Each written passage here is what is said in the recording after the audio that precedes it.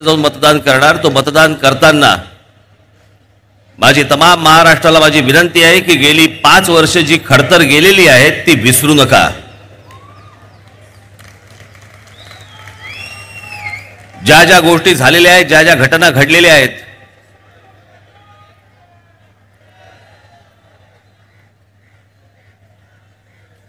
तिकडे डोळेझाक करू नका.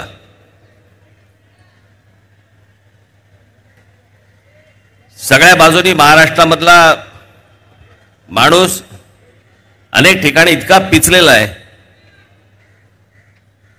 मी आत्ताच नवी मुंबईवरनं जेव्हा आता हॉटेलला आलो, मला काही शिष्टमंडळ भेटायला आली आपल्या ठाण्यामधली.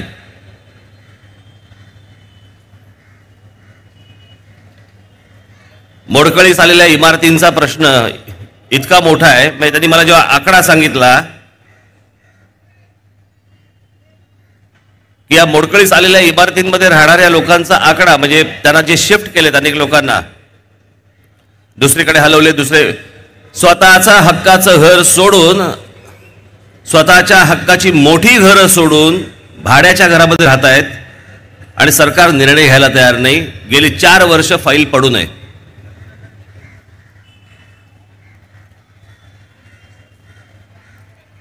करतो, पाहतो, बघतो याच्यावरतीच दिवस ढकलले जात आहेत आणि ते सगळे बिचारे सगळे आज भाड्याच्या घरामध्ये राहत आहेत.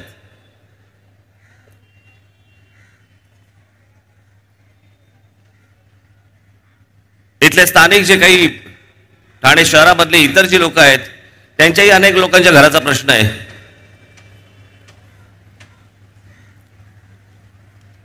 इतर बाकी काही लोक मला भेटायला आली होती मेडिकलच्या आणि इंजिनिअरिंगच्या खुल्या वर्गामधल्या मुलांच्या ऍडमिशनच्या संदर्भामध्ये की तो टक्का इतका आता कमी उरलेला आहे की त्यांनी ऍडमिशन घ्यायच्या कुठे. मला असं वाटतं शाळेमध्ये कॉलेजमध्ये कुठेही मुलांना ऍडमिशन देताना आपण जात कशाला बघतोय. आणि हे आजपर्यंतचं या सर्व लोकांचं, सगळ्या राजकीय पक्षांचं जे जातीनुसार धर्मानुसार जे काही राजकारण सगळं सुरू असतं याच्यामध्ये तुम्ही सगळेजण भरडले जाता. पण मी जे सतत सातत्याने मी जे सांगत आलो की या सगळ्या गोष्टी घडतायत, का घडतायत याचं कारण तुम्ही आवाज नाही चढवत. ते जे अरेला कार्य करायची जी गरज आहे ना ती तुमच्याकडनं होत नाही. त्या सगळ्या समोरच्या लोकांना माहिती आहे की हा समाज थंड आहे, थंड, याचं काही नाही होऊ शकत.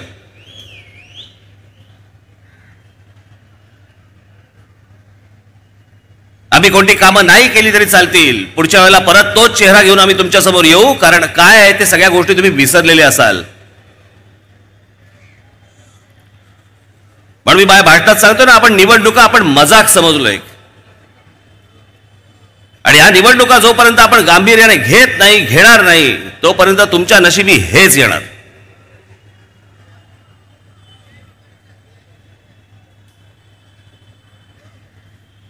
आज अनेक नवीन मुलं, तरुण मुली आज नोकऱ्यांच्या शोधात आहेत. कसल्या नोकऱ्या शोधताय? आहेत त्या नोकऱ्या गेल्यात, आहेत त्या नोकऱ्या चालल्या आहेत.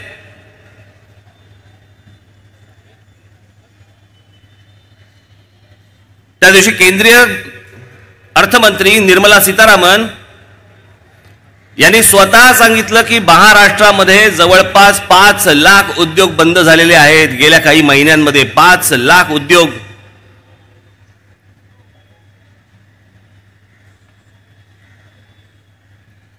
आणि याचा सर्वाधिक फटका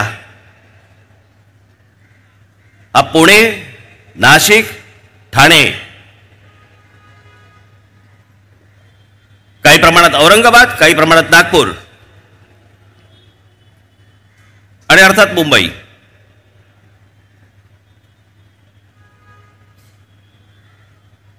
उद्योग बंद झालेत, लोकांना काढून टाकले जात आहेत. नाशिकला तर त्यांच्या MIDC मधनं आत्ता गेल्या 2-3 महिन्यात, 4 महिन्यात 20,000 लोकांना काढले.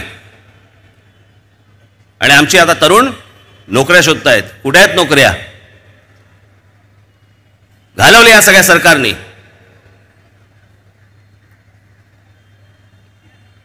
मी गेल्या लोकसभेच्या वेळेला पण हीच गोष्ट सांगत होतो. नरेंद्र मोदी असतील, माझी काय वैयक्तिक दुश्मनी थोडी आहे. जर समजा धोरणं चुकली तर त्याच्यावरती बोलायचं नाही.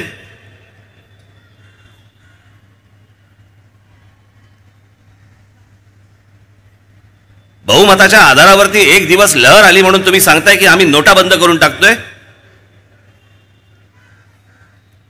काल परवाकडे आलेला मला एक कोणीतरी मला मेसेज दाखवला. त्या मेसेजमध्ये काय सांगतायत तर आता म्हणे 2000च्या नोटा पण छापायच्या रिझर्व्ह बँकेने बंद केल्या आहेत. म्हणजे जवळपास 2000च्या नोटा पण बंद होणार.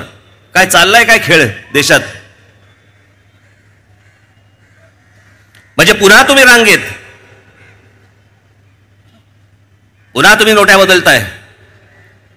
गेल्या वेळेला नोटा बदलत असताना जवळपास 70 का 80 लोक त्याच्यामध्ये गेले.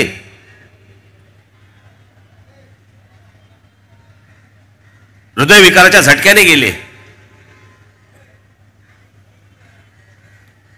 हे सगळं, या सगळ्या गोष्टी एकाच गोष्टींभोवती फिरत असतात. एखाद्या पक्षाला जर समजा अशा प्रकारचं बहुमत मिळालं ना, त्या बहुमताच्या आधारावरती ही लोक वाटेल ते करायला जातात आणि मग त्यावेळेला आपण त्यांना सगळ्यांना उचलून धरतो.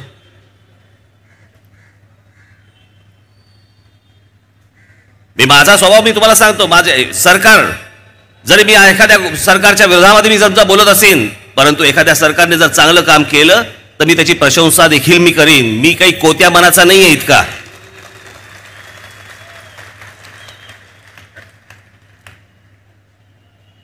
ज्या लोकसभेच्या वेळेला मी नरेंद्र मोदी यांच्यावरती मी ज्यावेळेला टीका करत होतो, ज्यावेळेला 370 कलम रद्द ज्यावेळेला झालं त्यावेळेला अभिनंदन देखील मीच केलं होतं. पण आत्ताची महाराष्ट्राची परिस्थिती पाहता महाराष्ट्रामध्ये येऊन तुम्ही काय सांगता आम्ही काश्मीरमध्ये 370 रद्द केलं म्हणून? त्याचा महाराष्ट्राच्या प्रश्नांशी काय संबंध? आज ही ठाणे शहरामध्ये जी राहणारी, जी भाड्याच्या घरामध्ये राहणारी जी माणसं आहेत त्यांना पहिल्यांदा सांगा तुम्ही तुमच्या स्वतःच्या हक्काच्या घरात कधी जाणार आहात. 370 कलमचं नंतर बघू.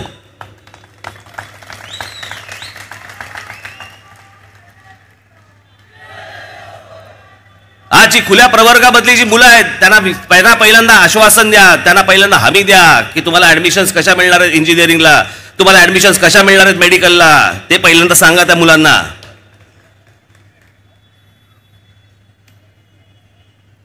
चौ बाजूने विचका करून टाकला आहे सगळा.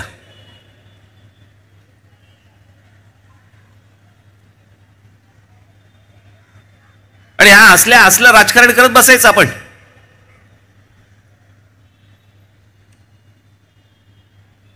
मला ते असलं राजकारण कळतही नाही आणि मला ते असलं राजकारण जमतही नाही. एखाद्याचं काम असेल तर ते काम झालं पाहिजे. त्याची जात बघायची गरज नाहीये, त्याचा धर्म बघायची गरज नाहीये.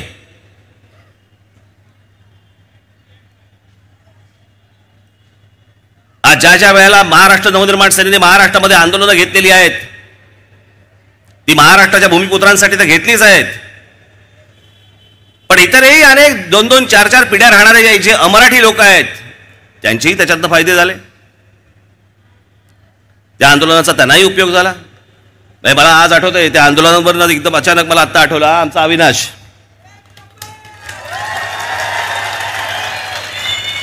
मी षण्मुखानंद हॉलला भाषण करत होतो आणि त्या षण्मुखानंद हॉलला भाषण करताना मला तिकडे कोणीतरी सांगितलं की म्हणे त्या एअरटेल आणि या सगळ्या ज्या काही कंपन्या आहेत त्यावेळेला त्या मोबाईल आपल्या फोनवरती फक्त हिंदी आणि इंग्रजीमध्ये तुम्हाला काय त्या गोष्टी येतात ना ऐकू, फोन बिझी आहे, ते फक्त हिंदी आणि इंग्लिशमध्ये यायचं. आणि मी त्यावेळेला सहज मी बोलताना म्हटलं ही असली दादागिरी इथे चालणार नाही म्हटलं या फोनवाल्यांची. म्हटलं त्यांच्या एअरची टेल खेचल्याशिवाय राहणार नाही म्हटलं. मी षण्मुखानंद हॉलला बोललो आणि 10 मिनिटात मला मेसेज आला, एक कोणीतरी चिठ्ठी पाठवली की इथल्या एअरटेलच्या जे दुकान काय मोठं होतं त्याच्या काचा फुटल्या.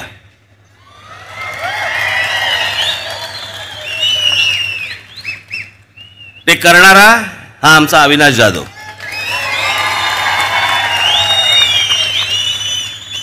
मी काचा फोडल्याबद्दल नाही म्हणते, पण आज जे तुम्ही मी ज्यावेळेला तिथे बोललो ते बोलल्यानंतर मग त्या सगळ्या मोबाईलच्या कंपन्या झाल्या, आल्या, सगळ्या शरण आल्या. मग काय त्यांना हाग्यादम द्यायचा तो दिला. मी म्हटलं तुम्ही महाराष्ट्रामध्ये मोबाईल फोन चालवताय आणि महाराष्ट्राची राजभाषा मराठी, त्याला तुम्ही स्थान देत नाही. नाही, लवकरात लवकर आम्ही करतो. लवकरात लवकर नाही म्हटलं, आज. आणि त्या दिवशी आपल्या मोबाईलवरती महाराष्ट्र राज्याची आपली मराठी भाषा ही पहिल्या क्रमांकावरती आली.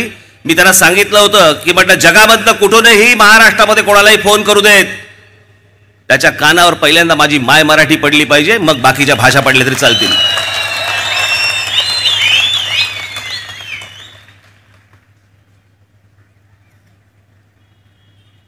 आजपर्यंत रस्त्यावरती या सगळ्या गोष्टी आजपर्यंत ही आंदोलनं केली आणि त्यातनं न्याय दिला. हे सगळे आज ठाणं शहर काय झालंय, त्या शहराचं काय झालंय, त्या मुंबई शहराचं.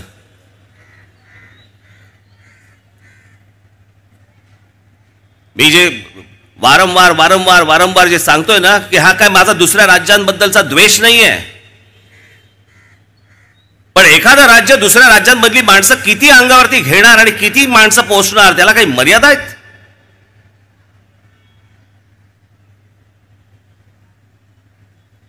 तुम्हाला कदाचित कल्पनाही नसेल, परंतु ठाणे जिल्हा हा भारतामधला एकमेव जिल्हा आहे की जिथे भारतातलं सर्वाधिक स्थलांतरित होणारी लोक इथे येतात.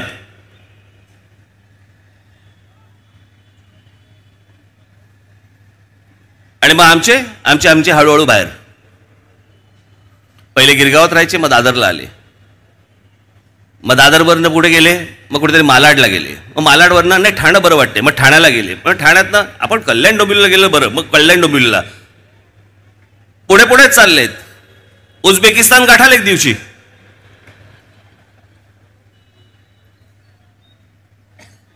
तुम्ही इथले भूमिपुत्र, तुम्ही इथले मालक या जमिनीचे, अरे तुम्ही हतबल,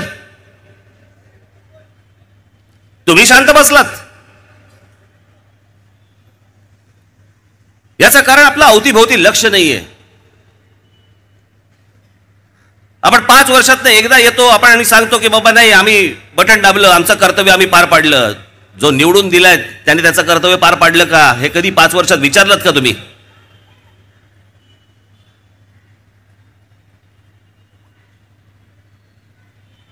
लोकांना, जनतेला जोपर्यंत संताप येत नाही तोपर्यंत तुम्हाला अपेक्षित असलेली कामं, तुम्हाला अपेक्षित असलेल्या गोष्टी या घडू शकत नाहीत, या होऊ शकत नाहीत.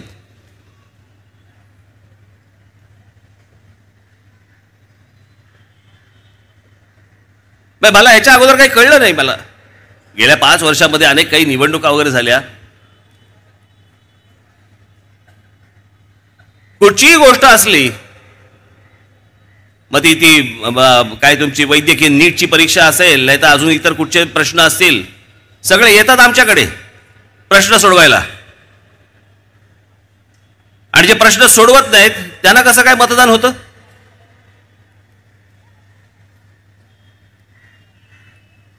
म्हणजे माणसं काम करतायत, त्या काम करणाऱ्या माणसांच्या पाठीवरती मतांची शाबासकी जर समजा तुम्ही दिलीत तर जास्ती हुरूप येईल आणि ते अजून जास्ती अधिक चांगलं काम करू शकतील.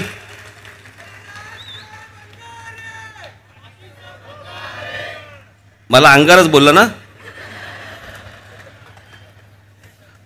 मला कळलं नाही. मला वाटलं राज ठाकरे भंगार आहे म्हणून. मला नाही ना, अंगार बोला. बरं बरं ठीक आहे, झालं, कळलं, मला ऐकू आलं. एक साधारणपणे 7-8 वर्षापूर्वीची गोष्ट असेल. या मुंबईमधल्या, ठाण्यामधल्या, पुण्यामधल्या अनेक ठिकाणच्या ज्या काही रिक्षा चालतात, टॅक्स्या चालतात, ज्या खऱ्या आहेत त्यांच्याबद्दलचा प्रश्न नाहीये, पण ज्या वेळेला मी अनेक आरटीओच्या लोकांना सांगितलं, पोलीस कमिशनरांना सांगितलं, सगळ्यांना सांगितलं, आज आपले इथे ठाणे शहराचे जे पोलीस कमिशनर आहेत ना, विवेक फणसळकर, त्यांना विचारा. त्याला महाराष्ट्र नवनिर्माण सेनेने जे आंदोलन घेतलं की अनधिकृत टॅक्स्या आणि अनधिकृत रिक्षा, जवळपास मुंबईमध्ये 3.5 का 4 हजार टॅक्स्या पोलिसांनी त्याच्यानंतर पकडल्या ज्या खोट्या होत्या, आणि जवळपास 8 का 8.5 हजार रिक्षा त्या पकडल्या, त्या खोट्या होत्या. अजूनही असतील. कोण तपासतंय आपल्याकडे? कुठची यंत्रणा? आमच्या पोलिसांना तरी कशाला दोष द्यायचा? ते तरी करतील काय? रोजच्या रोज या शहरामध्ये बदा बदा बदा बदा माणसं पडतायत, ते तरी कुठपर्यंत तपासणार आहेत? आणि सगळ्यात महत्वाची गोष्ट, सरकारला ही गोष्ट हवी आहे का? उद्या एखाद्या सरकारच्या मनामध्ये जर एखादी उत्तम गोष्ट करायची त्यांनी जर सरकारने ठरवली, मला या पोलिसांवरती माझा 100% विश्वास आहे.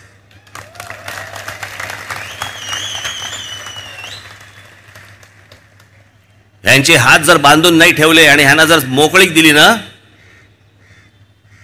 हे आपल्या शहरामधला क्राईम रेट जो आहे ना, हा 48 तासाच्या आत हा शून्यावरती आणू शकतात. एवढी कपॅसिटी आमच्या पोलिसांची आहे.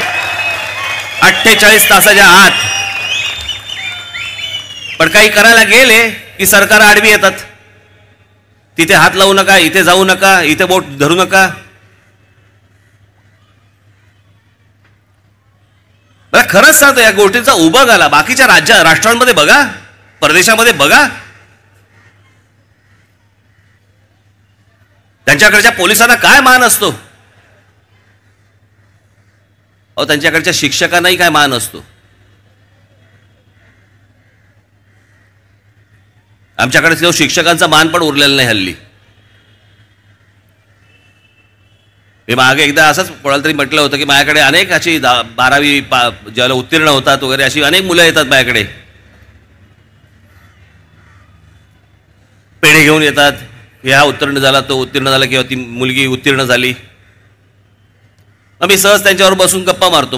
गप्पा मारताना मी त्यांना विचारतो, मग आता काय करणार? मग ती सांगते की बाबा नाही, मी आता इंजिनियर होणार. मी कोणतरी म्हणते मी सॉफ्टवेअर इंजिनियर होणार. मग मी कोणतरी बाबा म्हणते की मी फॅशन डिझायनिंग करणार. मग कोणतरी म्हणते मी नाही वकीलच होणार. कोणी म्हणते डॉक्टर होणार, काही फलाना फलाना. मला आजपर्यंत एक तरुण किंवा एक तरुणी भेटलेली नाही जी 12वी पास झाल्यानंतर मला सांगते की मला करिअर काय करायचंय, तर मला शिक्षक व्हायचंय. असं मला आजपर्यंत कोणीही सांगितलं नाही की मला शिक्षक व्हायचंय. तुमची आमची सगळ्यांची जडणघडण ज्या पासून जिथून सुरुवात होते आपली, ती गोष्ट करावी अशी ज्या देशामध्ये वाटत नाही, त्या देशाचं काय भविष्य असेल मला जरा सांगा.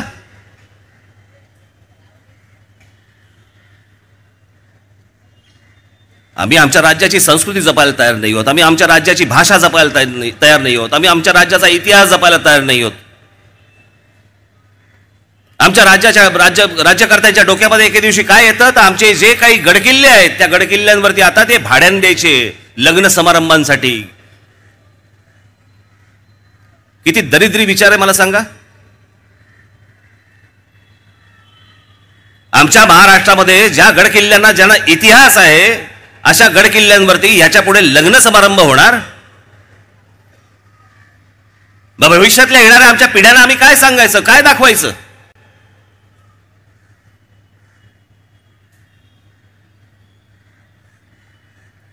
हे कशासाठी आपण पुतळ्यांना हार घालायचे?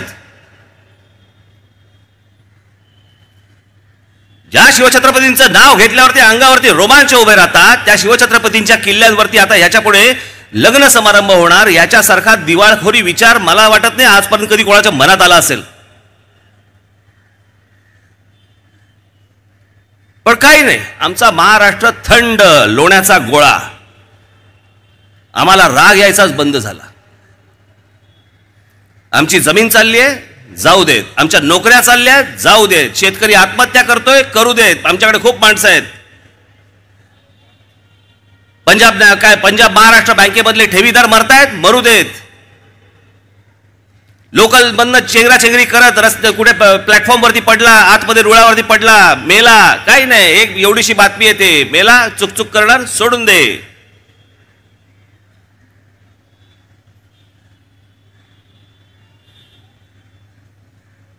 काहीतरी जात आहे युरोपला. ज्यांनी पहिलं महायुद्ध पाहिलं, ज्यांनी दुसरं महायुद्ध पाहिलं, ज्यांचा प्रत्येक घरामधला एक माणूस मेलेला आहे, प्रत्येक घरामधला एक एक माणूस मेलेला आहे, त्यांना माणसांची किंमत माहिती आहे. आम्हाला माणसांची किंमतच माहित नाहीये. आम्हाला स्वातंत्र्य फुकटात मिळालं आणि आम्हाला स्वातंत्र्य फुकटात मिळालं, त्याच्यामुळे आम्हाला लोकशाहीची किंमतच नाहीये. लोकशाहीची किंमत नाहीये, त्याच्यामुळे आम्हाला निवडणुकीची किंमत नाहीये. निवडणुकीची किंमत नाहीये, त्याच्यामुळे आमच्याकडे निवडून कोण आलाय, किंमतच नाहीये.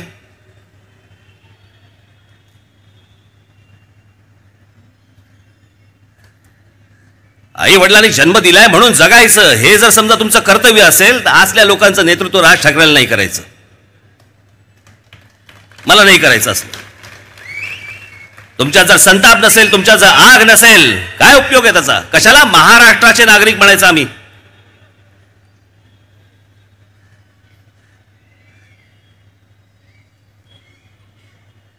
ज्याला आज आम्ही देश म्हणतोय, त्या देश, त्याला ती भूमी, त्याला त्या देश नावाची काय संकल्पनाच नव्हती. त्या संपूर्ण भूमीवरती 125 वर्ष ज्या मराठा साम्राज्याने राज्य केलं, तो हा महाराष्ट्र हातावर हात ठेवून बसलाय.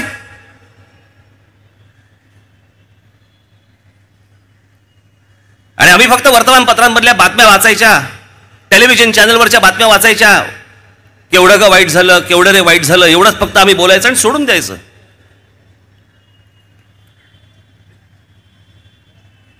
मी परवा दिवशी त्या नाशिकला गेलो होतो.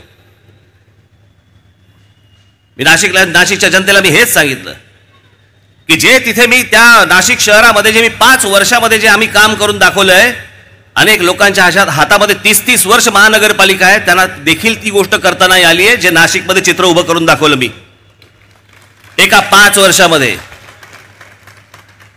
आणि 5 वर्षामध्ये जे चित्र मी उभं करून दाखवलं तिथे, त्याच्यानंतर नाशिकमध्ये महाराष्ट्र नवनिर्माण सेनेचा पराभव होतो.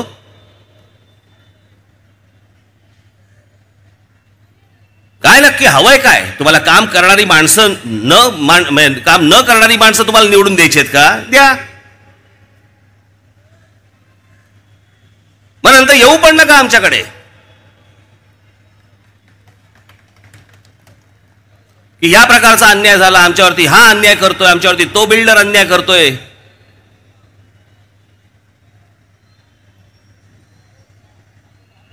जाहीरनामे आणि वचननामे दिले जातात आणि जे पाळले जात नाहीत त्यांना वर्षानुवर्ष सत्ता हातामध्ये देतात. आणि जे काम खरं अर्थाने करून दाखवतो, जे लोकांसमोर चित्र आणतो,